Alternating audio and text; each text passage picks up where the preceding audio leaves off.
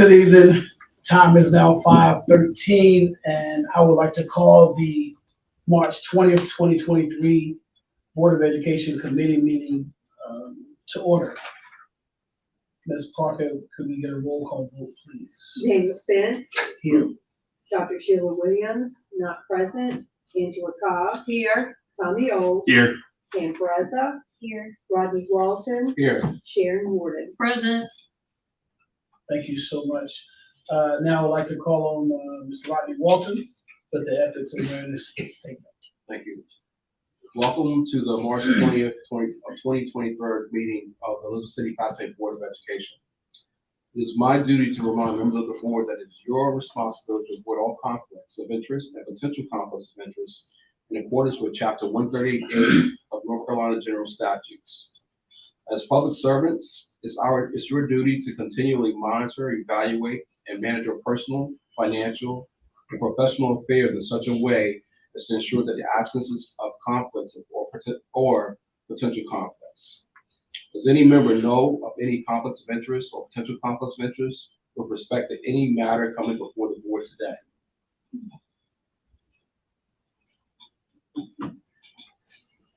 If there are conflicts if there are no conflicts of interest, let the record reflect that there are no conflicts of interest that exist. Thank you so much, sir. I'd like to now ask for a call for approval of the agenda, please. I make a motion to approve the agenda for March 2023 as presented. I'll second it. Great, we have a motion from Mr. Cobb and a second from Mr. Tommy Old to approve the agenda for March 2023. Roll call vote, please. Dr. Sheila Williams, not present. Angela Cobb. Yes. Tommy Old. Yes. Pam Pereza. Yes. Rodney Walton. Yes. And Sharon Warden. Yes. Thank you so much. Agenda is approved. Then we move down to the agenda items and we call on Chair of the Finance Business Technology Committee, Ms. Sharon Warden.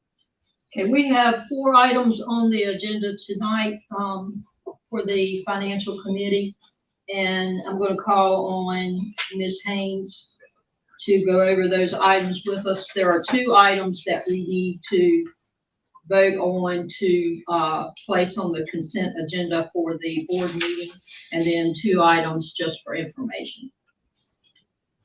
Chair Spence, Committee Chair Warden, and board members, good evening.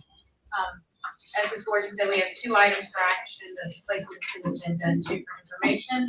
The first one being FBT01 budget amendments. There are 4 budget amendments this evening. Budget amendment number 106 is for the state public school fund. It shows a decrease of $12,301. The explanation for that is on the second page. Budget amendment FBT. Budget amendment number 201 is for the local current expense fund. There's no increase or decrease, it's just aligning the budget to actual expenses. And the explanation to that again is attached. Budget amendment number 306 is for the federal grants fund. It shows an overall increase of $11,700, and this is for PRC 119.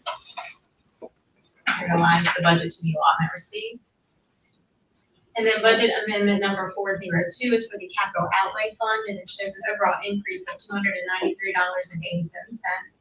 And this is for the 2 HVAC projects that were previously approved by the county using the public school building repair and renovation fund. So that is for the for Pasquotank Elementary School, the full entire school. Are there any questions on the budget amendments?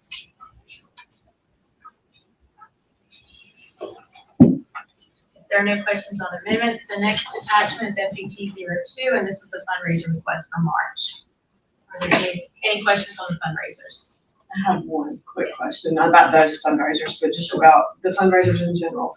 What is the protocol for submitting the fundraisers? The fundraisers we've been allowing schools to submit them monthly. There's a form, a Google form that they fill out. It comes in, it has to be approved by the principal, then it goes to the executive director and comes to our office. Okay. But we have been doing them monthly. I just want to make sure I have that in my head, what it was. Yes, Okay, so we awesome. have been allowing them to submit every month, understanding that things kind of come up. Yes, And it used to be, yes. I think, twice a year, but we haven't Yes. gone back to twice a year this time. And that's flexibility in the regulation that allows us to do the limited part. But they, of course, do require board approval, but we give principals more flexibility. And then we've also allowed principals the ability to approve field trip travel without doing that twice a year, which I believe was the previous practice, which again is not in policy. So we had the flexibility, and we're letting principals make those decisions, and then Mr. Fudge or Mr. Fawn will make an approval from them. Thank you for that flexibility. It's very difficult to plan all those kinds of things 6 months in advance sometimes. If there are no questions, are there any other questions on fundraisers? If there are no questions on fundraisers, FBT 03 is for information purposes, and this is the purchasing report. It is for both January and February combined. And the last attachment is FBT 04, and this is the rental report for March. Again, for informational purposes. Or if there are no questions, that concludes my report. At this time, I'd like to make a motion to place items FBT-01 and FBT-02 on the consent agenda for the March board meeting. I Second. need a second. Yeah, got it. Mr. Chairman, we've had a motion and a second, so. So thanks so much. We got a motion from Ms. Sharon Ward, the second from Mr. Whitney Walton to place items FBT-01 and FBT-02 on the consent agenda. Ms. Parker, can we get a roll call vote, please? Dr. Sheila Williams, not present. Angela Cobb, Yes. Tommy Old. Yes. Pam Pereza, Yes. Rodney Walton. Yes. And Shannon Moore. Yes. Thank you, Ms. Haynes. That concludes our report, unless someone has any other questions or comments. It's to do with finance. Okay, thank you. Thank you so much. Now we're moving on to personalized education.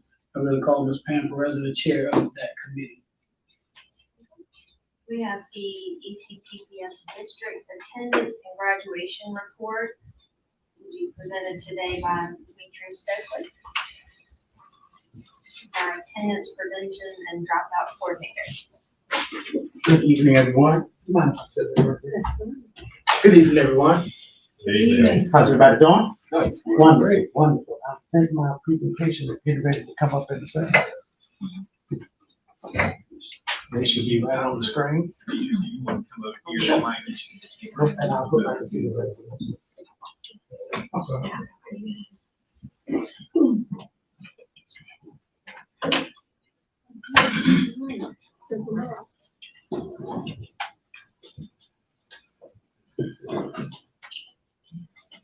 Well, while this is loading, back in November, I believe it was, Dr. Parker and myself had a sit-down conversation regarding where our district was as far as attendance, as far as graduation rate, as far as the support that we had in the high schools for counselors. At that time, we had 1 or 4 counselors operating. He asked for my assistance as dropout prevention coordinator to go into the high schools and help to promote graduation, working with students, parents, teachers, counselors, to assist and aid our students that graduate so that they will be able to graduate to help to increase our graduation rate. So with that, again, you all know my name, Demetrius Stokely, attendance coordinator, dropout prevention, graduation coach. Go to the next slide. I don't think this is what works. As I stated before, with the district attendance in our elementary schools,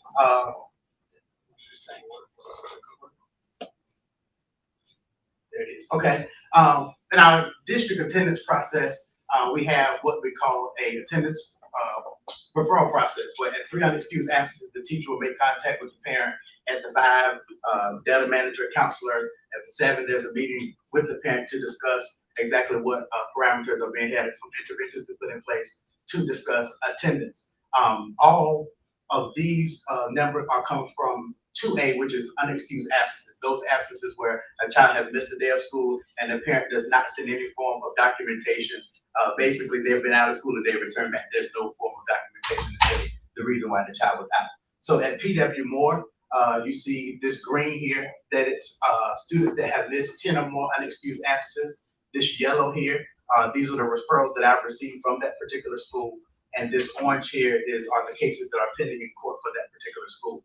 So this is P.W. Moore Elementary School, Sheep Harney Elementary School, and Woodsville Elementary School. Any questions regarding this slide? The number, Yes. 55, is that 55 students? Yes, that is 55 students at that school that has 10 or more unexcused absences. Can you reflect on what the reasons are for that? Different, On the because they various haven't sent in reasons? notes. This is the report that I pulled on the 15th of March from Power School. Those students have, again, they're noted as 2A, which is unexcused absences for not attending school. They missed the day, their parents send them to school with no note or any type of documentation. Yes, sir. What determines as far as court action? Well, after they follow through with the process, there's a meeting had with the school counselor, principal, parent, JCPC staff, and initially it was myself. And they discussed, hey, what's going on with the child, what's happening, what can we do to assist? We've had cases where a child has medical situations, medical issues, missing the bus. There was a transportation issue at one time where the child has, they had to fit children on the bus due to the shortage of drivers and things of that sort. It's a whole list of things that could be situations of why children don't come to school. Yeah, but what determines those cases, and I'm not asking you to name names or anything Yes, like that, but you got 3 that are in court action now. So what kind If the of, referral is sent to me, I then make contact with the parent. If there's no improvement on the attendance, I then send it to court for proceedings. So in looking at that, 55 students, and I'm just making sure I understand the graph before you move on, so I can put it all together in my head. 55 students at that school have 10 or more unexcused absences. But you only received 4 referrals? Yes, ma'am. And of those 4 referrals, there was no action occurring on 3 of them? Correct. And Okay. 3 of those are actually pending in court. And again, they get the option with court. If it's the first appearance, of course, they can do continuances and things of that sort. So you reach those numbers in the green or yellow, whatever that color is. Whose responsibility is it at that point to try to make contact with the students, with the parents, to find out why the student has missed those days? Is that at the school level or is that now at year level? It's a school level. Initially, it starts with the 3. When a child reaches 3, it doesn't have to be consecutive absences. When a child reaches 3 unexcused absences, the teacher then makes contact with the parent. After the teacher makes contact, if it's continually a 5 or whatever, the teacher or data manager, counselor, or principal designate makes contact with the parent. Then there's a meeting had between the 5 and the 7.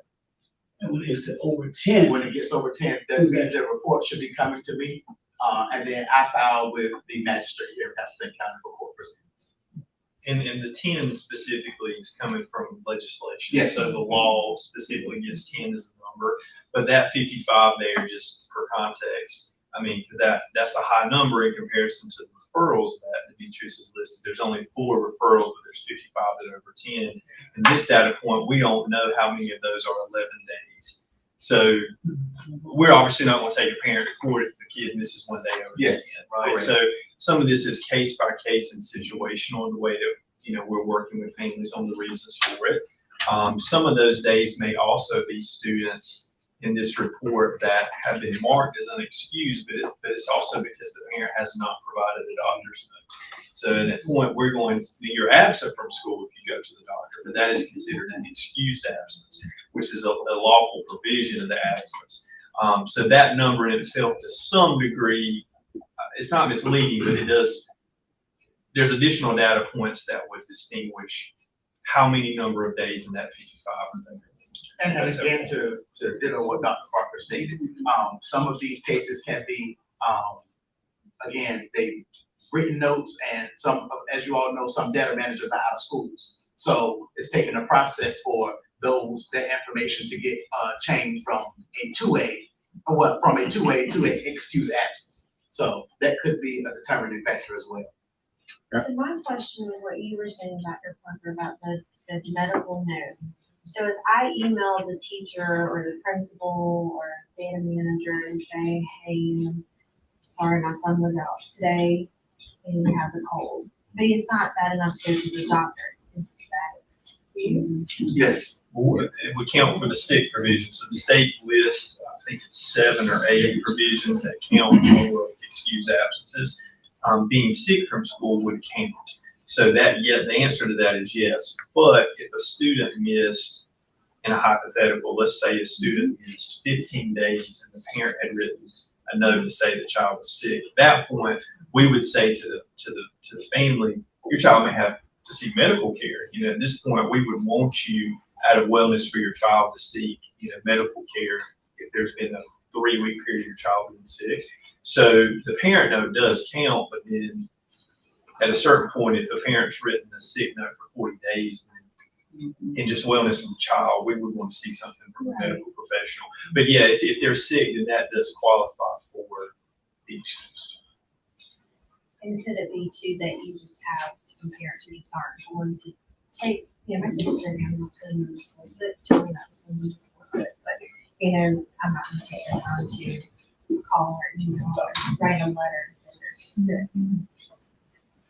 Well, one good useful resource that we do have is Parent Square, Class Dojo, email, of course. So if a child is out sick, a lot of parents are pretty good as far as communicating with the teacher to say, hey, Johnny's out sick for the day, so. Because again, not all cases go to the doctor or hospital. Yes, sir. Are these school year numbers or semester numbers or? This is from, with elementary school, it starts from the first day of school, which is in August, till now, the 15th of March. And last question, the cases that go to court, who goes to court? I do. I've got a couple more.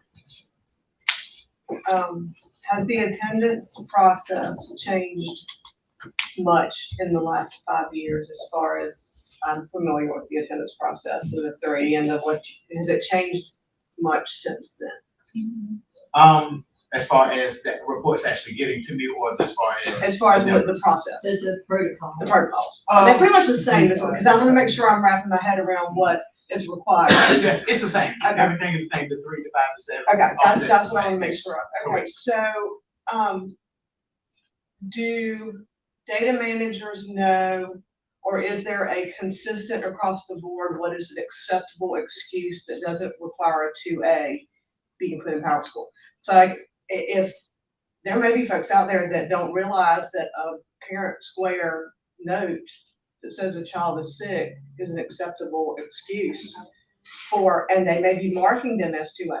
And, you know, that could obviously skew those numbers.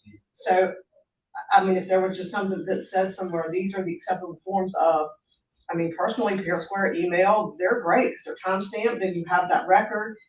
But there might be some inconsistency about what is an acceptable form of excused absence documentation, that if the playing field was the same, you might not see the discrepancy of what, because whenever you're dealing with individual people, they're gonna have their own take on what's what.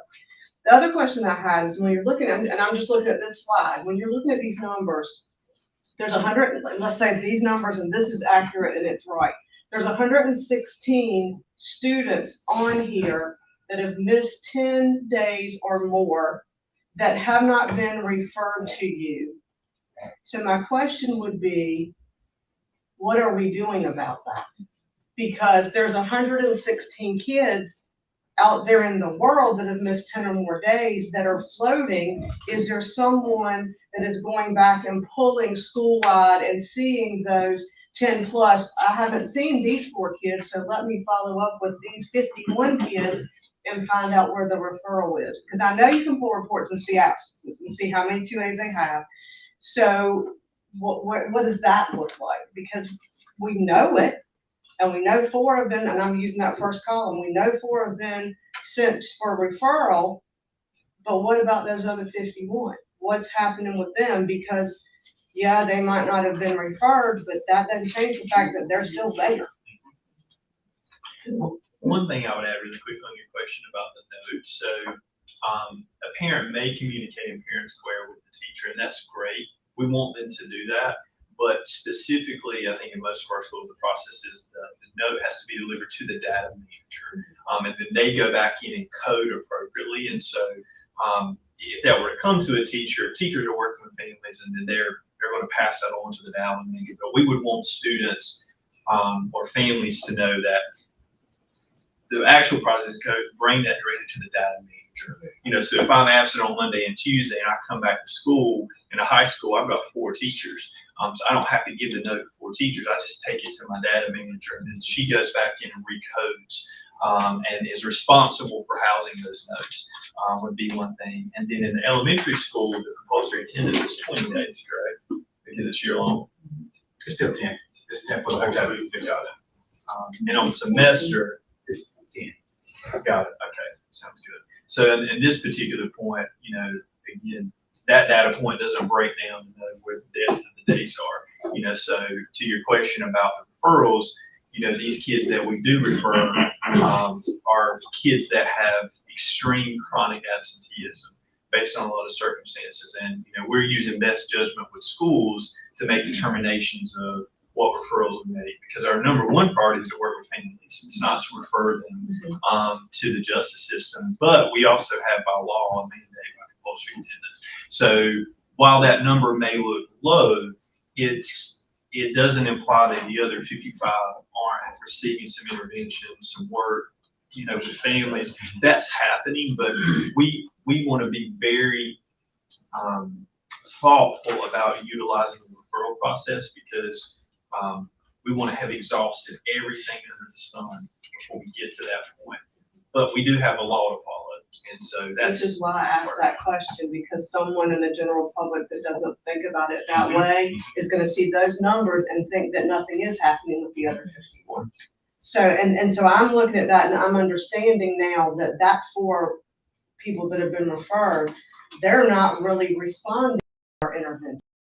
Not really looking, so we've had to take it to the next level. But I don't know if someone looking at that from the outside would understand that. They would just see this and ask questions. And again, to go along with what you said, there's a lot of ramifications as it pertains to who should be referred and who shouldn't be referred.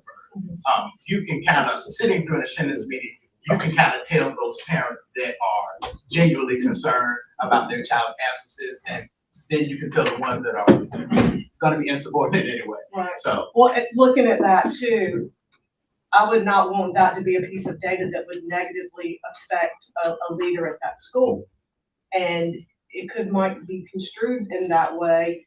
Those 2 leaders especially, I know they go above and beyond to do things in their buildings to take care of their kids. So I thought that needed to be brought up, because somebody seeing that might see that and their perception might be, well, those folks aren't doing what they should be doing, because there's all these kids that aren't getting whatever. all right. Go to the next one.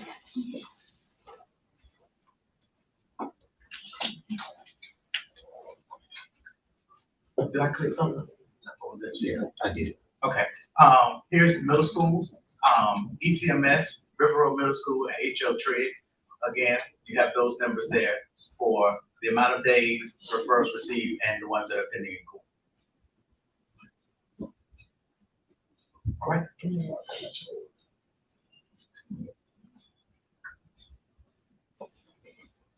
This is early college and high schools.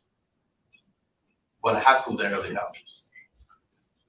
And the reason why these numbers are as high as they are is because we have period attendance. So considering period attendance is the way that is, it almost seems like it quadruples for each class, right? All right, this is the amount of numbers. I don't know if you all can see. This, the far left, that number is 119. That's the total number of seniors that are at Pennsylvania County High School. Early graduates, they have 17. Graduation credits that transferred in from other places are 7 students. Seniors that are on track now due to COA, credit recovery, ingenuity, that's 3 students. And then students that potentially not graduating pending their final grade. It's kind of difficult to identify which students will be graduating versus students which will not be graduating as a complete number, because you have some students that were on a track and we're putting them in courses so that they can be able to graduate, and these numbers are pending their course performance this semester. Does that make sense? And this particular part, we talked about this, how many students specifically are you working with? How many home visits have you done? Talk a little bit about the kids that had you in the school not done some work, would have been off course, but now are back on course because of the work. Okay, at Paxton County High School, we had about 25 students, seniors rather, that were on that list or at risk for not graduating. That number has dwindled down to what you see, 2. Wow, that's major. Because these students, we work with parents, families, COA, ingenuity to try to get them in courses so that they can be on their track for graduation. Some students are actually taking 4 courses, and then they're also taking maybe a COA courses or a credit recovery course so that they can be able to graduate. And since our conversation, I've done about minimum 20 home visits, talking to teachers, talking with counselors, data managers, to try to make sure that students stay on track, having that one-on-one conversation to see where they are. And this is at Paxton County High School. And out of those 119, Demetrius, we can talk a little bit too about kids that were off the cohort, because the percentage of the graduation number is not just based on graduation, it's based on the 4 year. So is that 25 a number of kids that are back on the cohort that will now count for our rates? Correct. Yes, sir. Okay. Those numbers are back on the cohort. Again, they were literally failing. They were not going to graduate at all. And then you have to take into the account that there were some students that have transferred in from other districts, and you have to calculate, maybe they have come from a differentiated schedule school where they did long-term school, full-term school where they didn't get out for a summer break, and they were only required to have, 22, 23 credits. And now that they're in our district, we require 28. It's not that 28 number that is required, it's like a 25 or 26 credit requirement for them to be able to graduate. If that makes sense to everybody. And my last point on this from the group is, out of that 25 in that group of kids that were on the list, those kids still have a long list of requirements to make. So what Demetrius is saying, out of that list, if they do everything we've asked them to do, they could graduate. But we have 37 days left. So, it's not over till it's over. And so there, in theory, could be some kids on that list of 25 that end up not meeting the requirements. But for a lot of these kids, they're down to the wire. They have no margin of error. They have to do everything we've asked them to do. And so that's a part of Demetrius's work, is to follow up those kids constantly to make sure they realize you can graduate on June the 2nd or 3rd, but you have no chance to not get anything right. And so constantly staying on those kids to make sure they are across the finish line is going to be critical. The 2 there, though, are kids that, regardless of what they do, cannot even get. So those kids will 100% be off cohort track. This 25 Demetrius is talking about can graduate on time, but they also have the opportunity not to graduate on time. They don't meet the requirements. And in Paxton County High School specifically, just a celebration. One particular student that I know of, she was not on track for graduating, and I've been constantly meeting with her. I see her in the hallway, and she's like, "Oh my God, Mrs. Stokes, I got to see you again today." But she actually brought in her acceptance letter to COA, so that was the motivation. It was a day that I wasn't scheduled to be at Pastor Tank, but I got a call. "Hey, Mrs. Stokes, can you come over? I got a student, need to show you something." Went up to Pastor Tank, and she had an acceptance letter for COA. And this was not only an academically troubled student, but it's a social, emotional behavior student that was having some difficulty that she wanted to make sure that she showed me that she was accepted in College of the Alamo. All right. Mr. Stokely, one quick question, and it could go for either high school. What is the mode of delivery for Ingenuity? Basically, it has to. It's been changed from what a student has communicated. It's all online, computer based. But to my understanding, it's been changed where the student has to be in the classroom working on Ingenuity. Is it self-paced? Yes. So they can do multiple courses in a semester? And that's how a majority of these 25 which is referring to are able to Correct. recover credits, because They have to come to school, so they have to be in school, and they're working with a facilitator during the day to be able to recover those credits.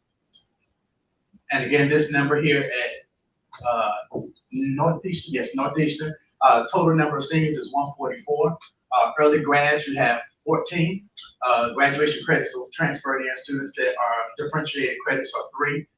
You have 8 students that are in credit recovery, ingenuity, or either taking a COA course. And then again, that 2 students that are basically not graduating. They are not trying to put on the effort. And at Northeastern High School, it was 12 students that were not graduating. And of those 12, 7 of them are now on some type of track to be able to graduate on time.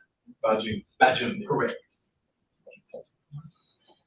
Any questions regarding this one? All right.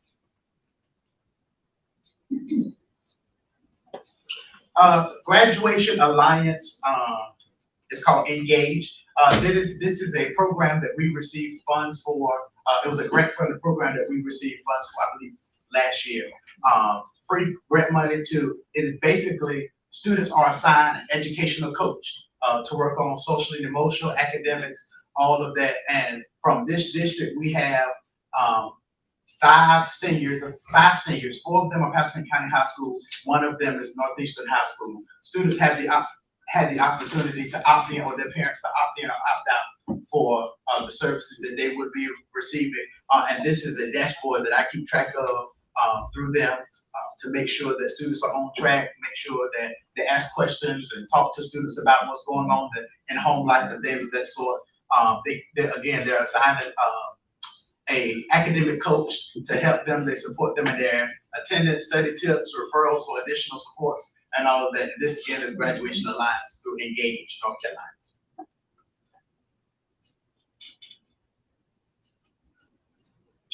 This is the dashboard here of the total number of students. Is 208 students were referred. 102 students opted in, and they've been in contact with. And if you see at the bottom, the percentage of seniors and 9 through 11 and 6 through 8. We referred basically juniors and seniors, but they had the option to opt in or opt out for their information to receive that additional support. Right.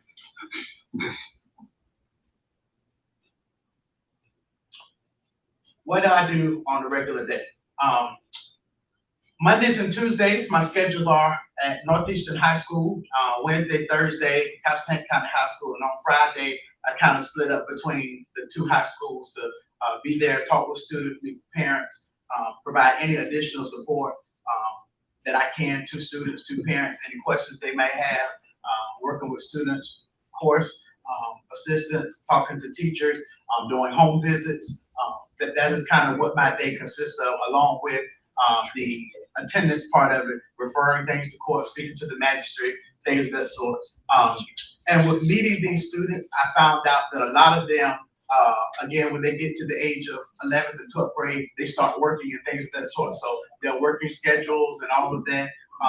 And sitting down talking to some of these students to hear some of their life stories as far as what they're, taking care of grandmother, taking care of mom, taking care of dad, being a babysitter for the family, making sure the kids are up, dressed, going to school. They have a lot of behind the scenes issues that they are going through and dealing with. And you can't get that information just by, hey, how you doing? It's got to be those intimate moments, conversations that I have with them. Hey, what's going on? What's going on with math? What's going on with your English class? And then they just, it's like a balloon that you poke a hole in. They just, when they find that level of confidence and transparency with you, they'll let you know everything that's going on. So offering the extra support to be able to guide them in the right way. Again, life struggles, even post-COVID, the mental has bothered these young people into a place that is unimaginable.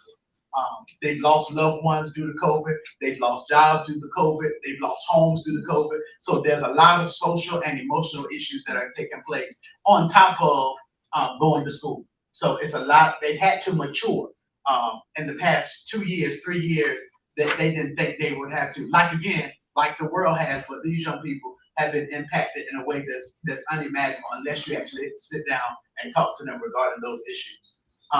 Resources and events that I've actually hosted and helped to host.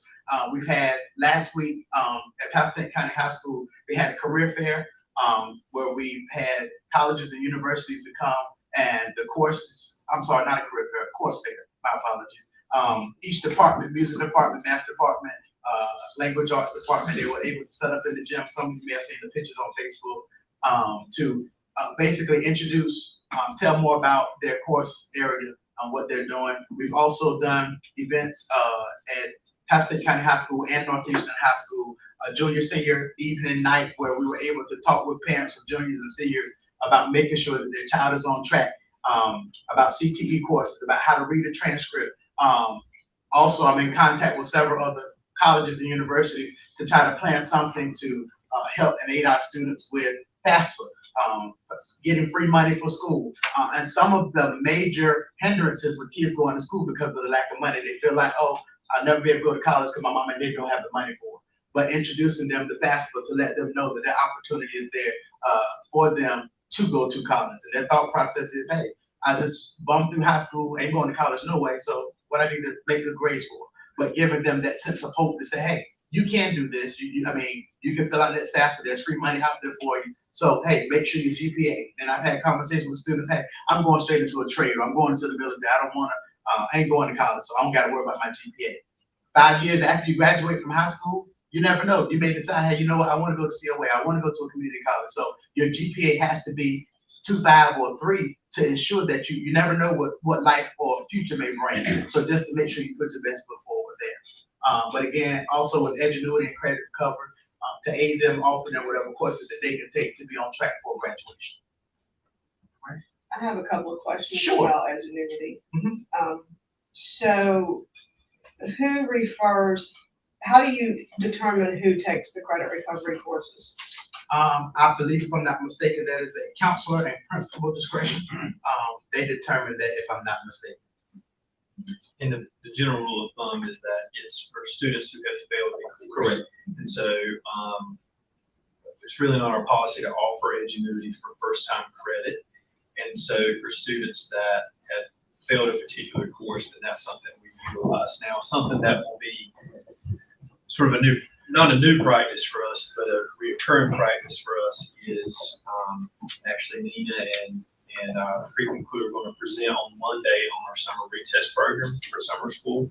And so that will become the primary vehicle for students that need to recover a credit for summer school, for them to get it. We've not had that consistently. And so you have a group of kids that have to recover some credits if they want to graduate. And so Edgenuity is the only vehicle we have to be able to give them those credits. So it's for someone who's failed the course, they need to get it back. So who is the district level person that oversees credit recovery for both of the high schools? It's really been Amber Godfrey. I don't see him right here, but Amber works with it on like the technology side of it. Demetrius has stepped in and begun working with these students that have been identified. But really it's looking at a school level. You know, our two traditional high schools are the only ones that utilize it. So at a school level, principal, counselor are identifying kids that need the credit. Principal's approving that because we want the principal to approve on a case by case, because this is not a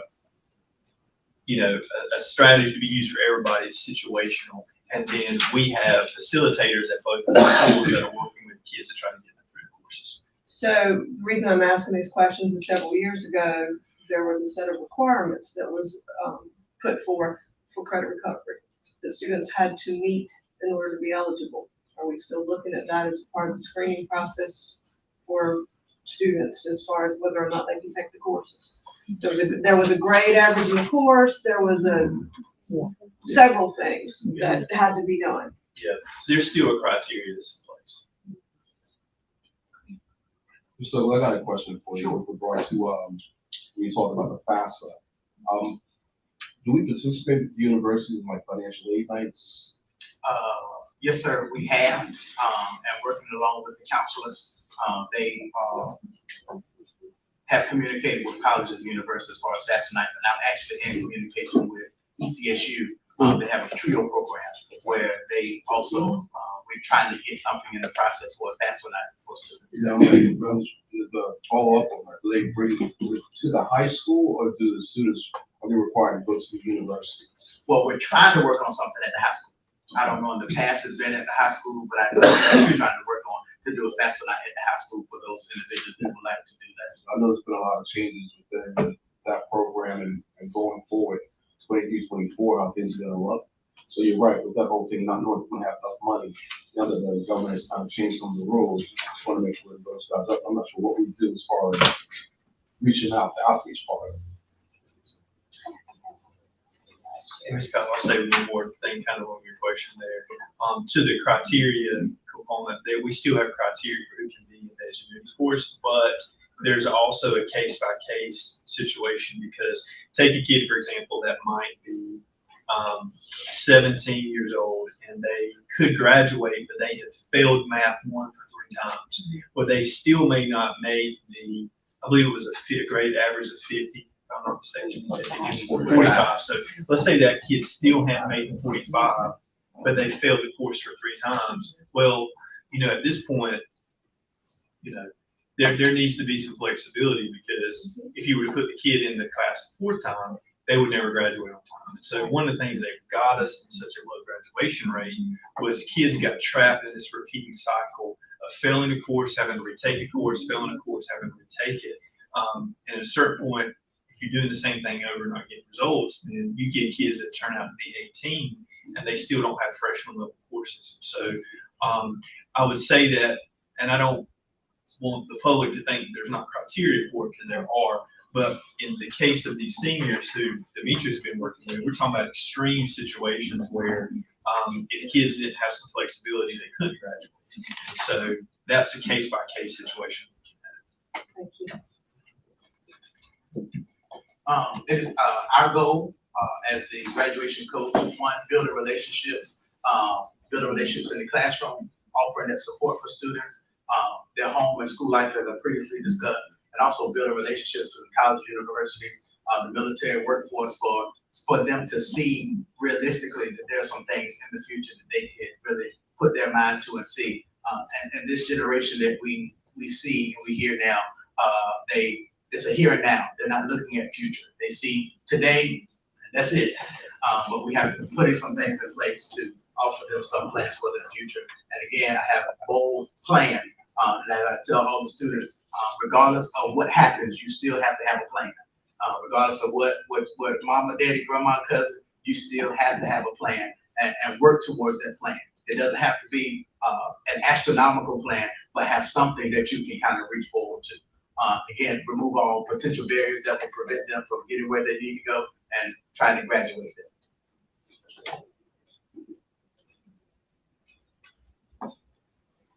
So while you're there, by graduation, so what have you done, or what have we done in the district to tap into the community? Are there any resources in the community that you tapped into to help us with our graduation and somewhere else? Yes, sir. I've attended several events at ECSU. Again, I spoke about the TRIO program that they have upward bound students that are basically get to see the college life on their campus. They also have situations where students are first-time college students and they have funds and resources to be able to help them. It's a whole umbrella of the TRIO program. It's about 4 or 5 different services that they offer for students just coming into seniors, students that are about to graduate, seniors that have already graduated. So TRIO does a lot. ECSU does a lot for students. Also with COA, they have the dual enrollment program that can help and assist the NADI students. Last week, I made a connection with East Carolina University. Those students that may be interested in nursing and things of that sort. So it's a lot of resources. NC Works, they provide resources on jobs and things. So it's a lot in the community that I've connected with to help to aid our students to make sure that they not only do we graduate them, but they have a plan post-graduation.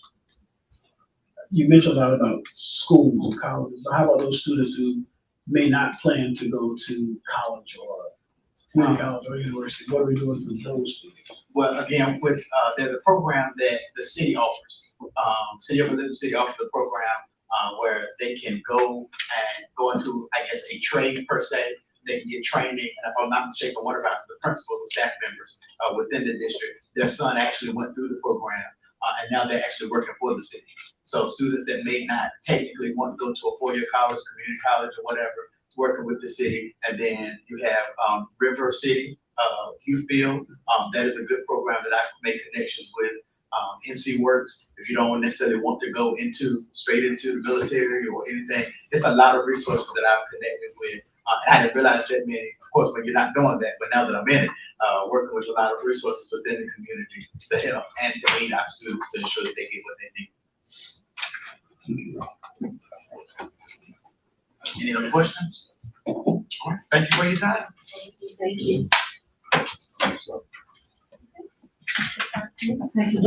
Thank you. It was good. It was good info. Very good info. Thank you so much. Yep. So now we're going to call on Ms. Angela Cobble. She will take us into closed session. I'd like to make a motion for the board to go into closed session as allowed by NC General Statute 143-318.11A6 for the purpose of considering one or more personnel matters that are confidential under NC General Statute 115C-320, and as allowed by NC Statute 143-318.11A3 to consult with the board attorney regarding matters protected by the attorney-client privilege and to preserve that privilege. Board will resume open session following closed session. Ms. Cobb, could you add to that motion, going into closed session under provision 1 to discuss confidential student matters? Okay, Say it again. Say it again for us right yeah, now. let me write it down real quick. Yes, ma'am. Also, the purposes also include entering under section A1 to discuss one or more confidential student